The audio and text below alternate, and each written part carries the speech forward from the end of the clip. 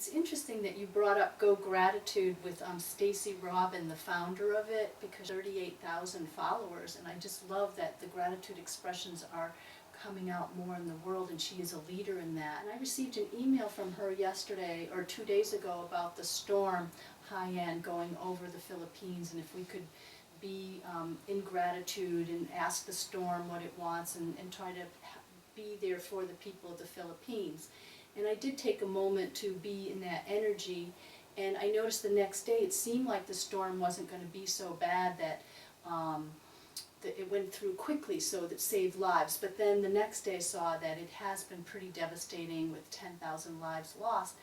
And the whole thing brings me to the question on the feeling-based prayer: can gratitude help us in these kinds of situations? Can we help our neighbors by just being in that state of gratitude with intention? Well, absolutely. Everything is energy, and the energy of gratitude is one of openness and acceptance. So that vibration goes out into the world. So let's say the energy of gratitude is purple.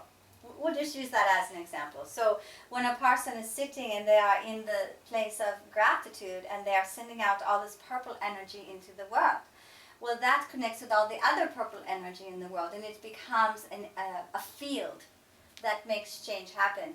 Now, there have been instances in the past where they had what was called world peace meditations and things of that nature, where suddenly great walls would come down and documents were signed, and renegotiations happened among the countries upon the planet as a result of numerous people joining in that energy. So the energy of gratitude, the gratitude is not for the devastation of what has happened. The energy of gratitude in that particular instance is the gratitude to know that you're a co-creator with life. You see, it could have been much worse. We know of instances here in the very island of Maui where tsunamis were coming, and yet Maui has a very large population of individuals who are quite conscious in their development and are able to work with energies and forces, and have actually swerved and changed some of the courses of some of these great storms and quelled some of the waves that were intended to come. So yes, everything is a frequency. So if you put out the frequency, think about the frequency of gratitude as being kind of like this. Like, think of the aloha, the hula dancing, it's very like that.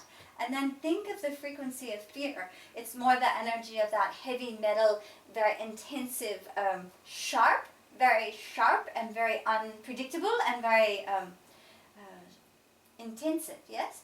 So think about the difference in these energies going out in the world, and how that does indeed make a difference. And of course, on one level, humanity is all one being itself in many different forms and ways. And so, of course, it's going to make a difference when you are hearing of a devastating situation, and rather than going into the fear. And the other thing that people do is they go into judgment. This is a very bad thing, that war is happening over there, and they get very angry about it. And then they start putting out anger into the world, which doesn't really contribute. If anything, that's feeding, it's putting that red energy out, which is feeding the anger.